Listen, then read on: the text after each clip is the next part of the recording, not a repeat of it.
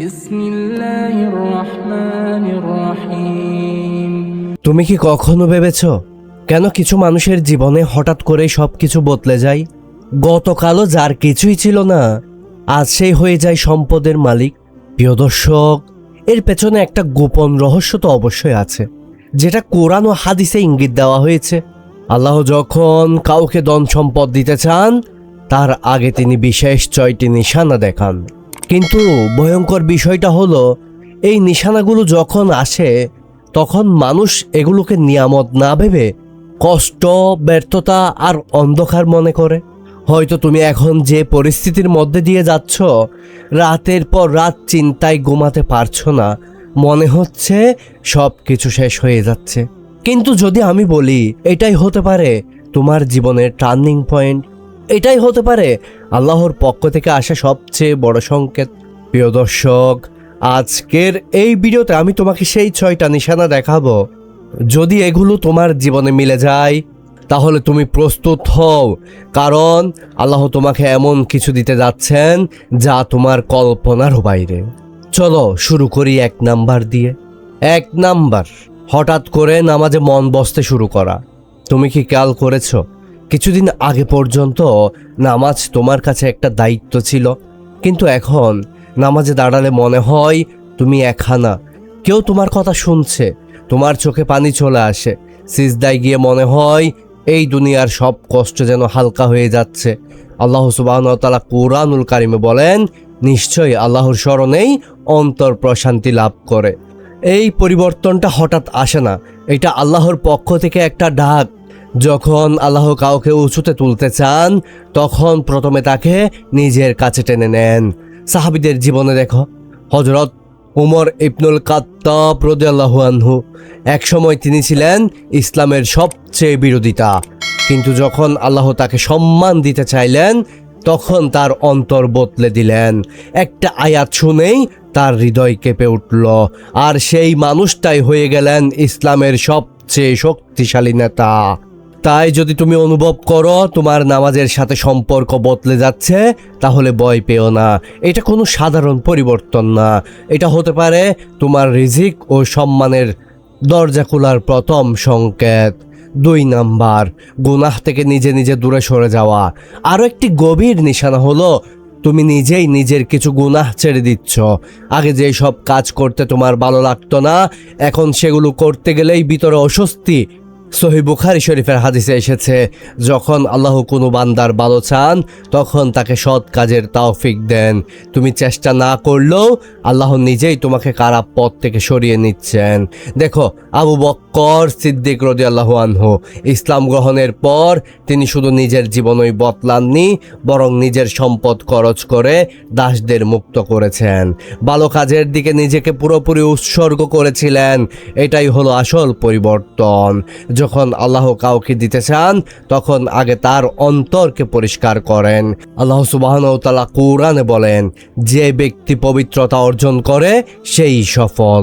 তাই যদি তুমি দেখো তোমার ভিতরটা ধীরে ধীরে বদলে যাচ্ছে, নামাজে শান্তি পাচ্ছ, গুনাহ থেকে দূরে সরে যাচ্ছ, তাহলে বুঝে নাও আল্লাহ তোমাকে হারাতে চান না, বরং তোমাকে এমন জায়গায় নিতে চান যেখানে তুমি কখনো যাওয়ার কল্পনাও করনি।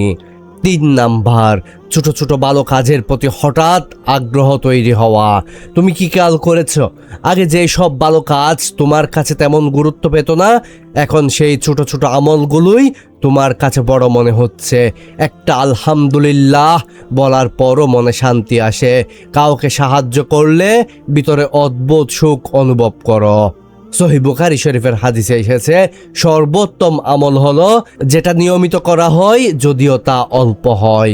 এই অনুভূতিটা সাধারণ না, এটা আল্লাহর পক্ষ থেকে দেওয়া এক বিশেষ রহমত। যখন আল্লাহ কাউকে বড় কিছু দিতে চান, তখন আগে তাকে ছোট ছোট ভালো কাজের মাধ্যমে প্রস্তুত করেন। দেখো, উসমান ইবনে আফফান রাদিয়াল্লাহু আনহু, তিনি ছিলেন অত্যন্ত লাজুক এবং নম্র, কিন্তু তার ছোট ছোট দান এক সময় বিশাল রূপ নেয়। তাবুক যুদ্ধের সময় তিনি এত বেশি সম্পদ দান করেছিলেন যে নবী করিম সাল্লাল্লাহু আলাইহি ওয়াসাল্লাম বলেছিলেন, আজকের পর ওসমানের কোনো কাজ তাকে ক্ষতি করবে না। দেখো, ছোট ছোট কাজই বড় হয়, আর আল্লাহ যাকে দিতে চান তাকে আগে সেই ছোট কাজের প্রেমে ফেলেন। 4 নাম্বার, হঠাৎ করে নতুন সুযোগ ও দরজা খুলতে শুরু করা। আরও একটি শক্তিশালী নিশানা হলো হঠাৎ করে তোমার জীবনে কিছু সুযোগ আসতে শুরু করে। যে রাস্তা আগে বন্ধ ছিল সেই পথগুলো আস্তে আস্তে খুলে যায়। আল্লাহ সুবহানাহু ওয়া তাআলা কোরআনুল কারিমে বলেন যে আল্লাহকে ভয় করে আল্লাহ তার জন্য বের হওয়ার পথ তৈরি করে দেন এবং অপ্রত্যাশিত জায়গা থেকে রিজিক দেন। তুমি হয়তো ভাবছো এটা কাকতালীয়, কিন্তু না, এটা আল্লাহর পরিকল্পনা। সাহাবীদের জীবনে দেখো, আব্দুর রহমান ইবনে আউফ রাদিয়াল্লাহু আনহু মদিনায় হিজরত করার পর তার কাছে কিছুই ছিল না, কিন্তু তিনি বলেছিলেন আমাকে শুধু বাজারটা দেখিয়ে দিন। এরপর আল্লাহ এমনভাবে তার জন্য রিজিকের দরজা খুলে দিলেন যে তিনি হয়ে গেলেন ইসলামের অন্যতম ধনী সাহাবী। এটাই আল্লাহর নিয়ম, যখন তিনি দিতে চান তখন শূন্য থেকেও পথ তৈরি করে দেন।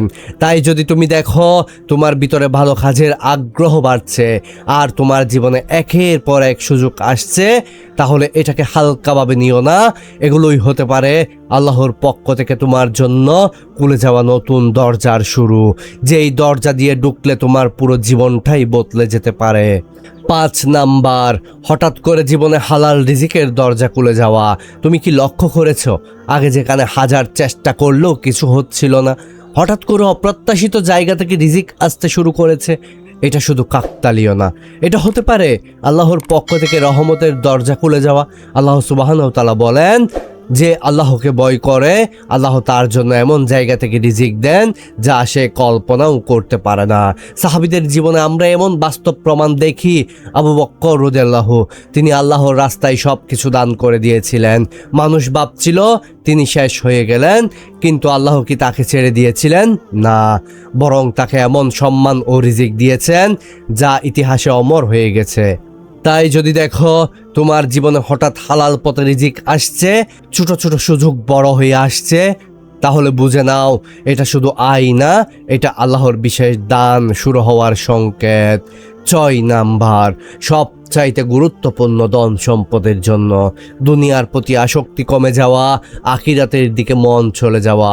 প্রিয় দর্শক, একটা সময় ছিল দুনিয়ার জিনিস না পেলে তোমার ঘুম হারাম হয়ে যেত, কিন্তু এখন তুমি আগের মতো দুনিয়া নিয়ে উত্তেজিত না, বরং তোমার মন টানে নামাজে, কোরআনে, আল্লাহর স্মরণে।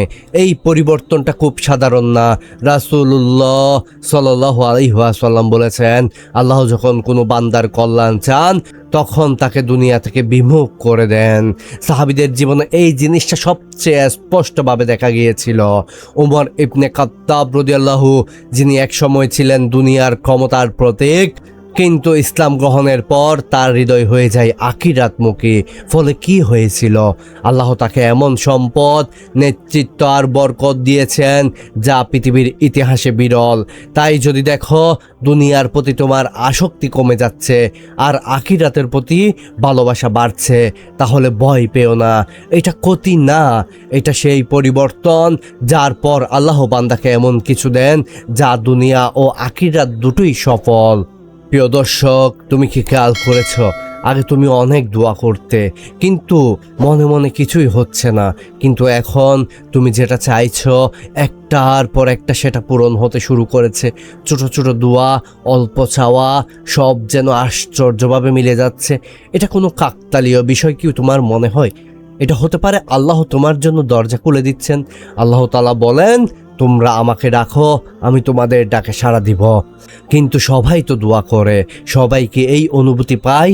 না, এটা বিশেষ সময় যখন আল্লাহ তার বান্দার দিকে রহমতের দরজা খুলে দেন। সাহাবীদের জীবনে এই জিনিসটা আমরা স্পষ্টভাবে দেখি। সাদ ইবনে আবি ওয়াক্কাস রাদিয়াল্লাহু, তার দোয়া এত বেশি কবুল হতো, মানুষ তাকে ভয় পেত অন্যায় করলে, কারণ তারা জানতো তার একটি দোয়া আর সব কিছু বদলে যেতে পারে। রাসূলুল্লাহ সাল্লাল্লাহু আলাইহি ওয়াসাল্লাম তার জন্য দোয়া করেছিলেন, হে আল্লাহ, তার দোয়াকে কবুল করে নাও। তারপর কি হয়েছিল? তার জীবন হয়ে যায় কবুল হওয়া দোয়ার এক জীবন্ত উদাহরণ। তাই যদি দেখো তোমার দোয়াগুলো একের পর এক কবুল হচ্ছে, তাহলে এটাকে হালকাভাবে নিও না, এটা শুধু কাকতালিও না, এটা শুধু কবুল হওয়া দোয়া না, এটা হতে পারে আল্লাহ তোমার জীবনের বড় কিছু দেওয়ার প্রস্তুতি নিচ্ছেন। কারণ যখন দোয়া কবুলের দরজা খুলে যায়, তখন রিজিকের দরজা এমনিতেই খুলে যায়। প্রিয় ভাই ও বোন, এই 6টি নিশানা যদি তোমার জীবনে দেখা যায়, তাহলে হতাশ হইও না, কারণ তোমার জীবনের সবচেয়ে বড় নিয়ামত একদম তোমার দরজার কাছেই দাঁড়িয়ে আছে। আর ভিডিওটি যদি তোমার ভালো লেগে থাকে, তাহলে আমাদের চ্যানেলটি সাবস্ক্রাইব করো এবং তোমার প্রিয়জনদের সাথে এই ভিডিওটি বেশি বেশি করে শেয়ার করে দাও।